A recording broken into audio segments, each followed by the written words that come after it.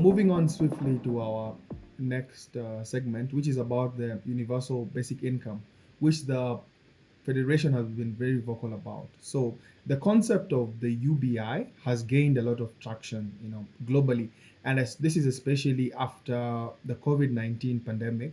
So how does the Federation's UBI proposal differ from other models that have been discussed or implemented worldwide? Well, I mean, at least in the situations I've seen, the other UBI systems are based off of traditional ideas of taxation versus the federation system uses renewables where the infrastructure remains, even though the electrons were generated and have since been spent. So whereas the current economy is based completely off of consumption and control over scarcity, we are now creating a system where we're saying, no, we're always going to need more energy.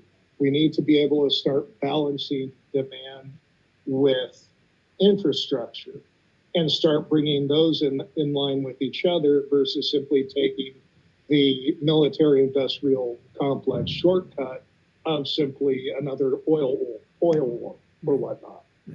So when you have a system that is being funded by green energy, you have a system that isn't being propped up through that suffering, but it's also, people say, how do you pay for the UBI without the taxation? It's like you just use the same infrastructure to sell green energy.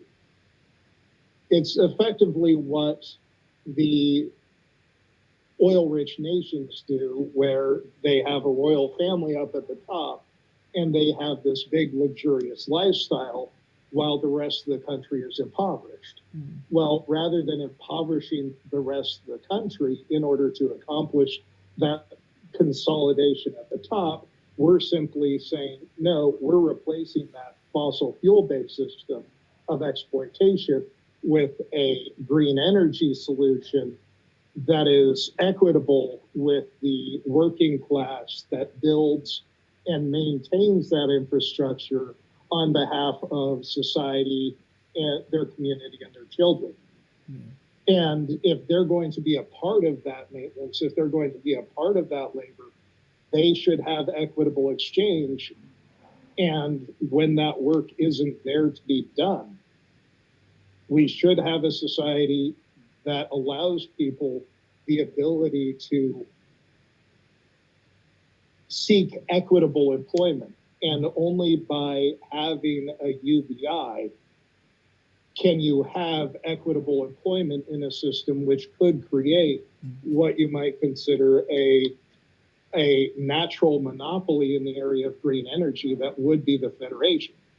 Is I don't want a corporate monoculture to come out of the green energy industry, because by necessity of this structure, it becomes a singular entity of a natural monopoly.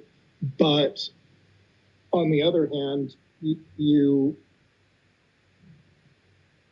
don't want someone to say, well, 100, 200 years from now, well, the Federation's now the only people in town. Yeah.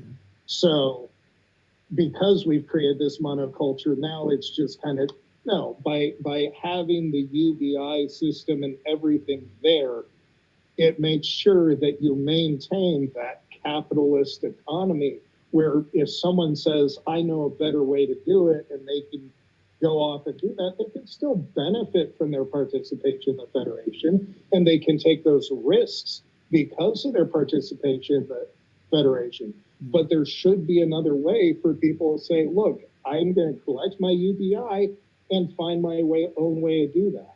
Yeah. And the only way we can do that is by solving the very problem that the Federation would create. And that's done through equitable employment plus a UBI to guarantee that that employment stays equitable, even if some long time from now it becomes a greater monopoly. because ultimately the Federation needs to support people's individual freedom of participation in the economy, not be undermining it like the corporate employment system that exists today.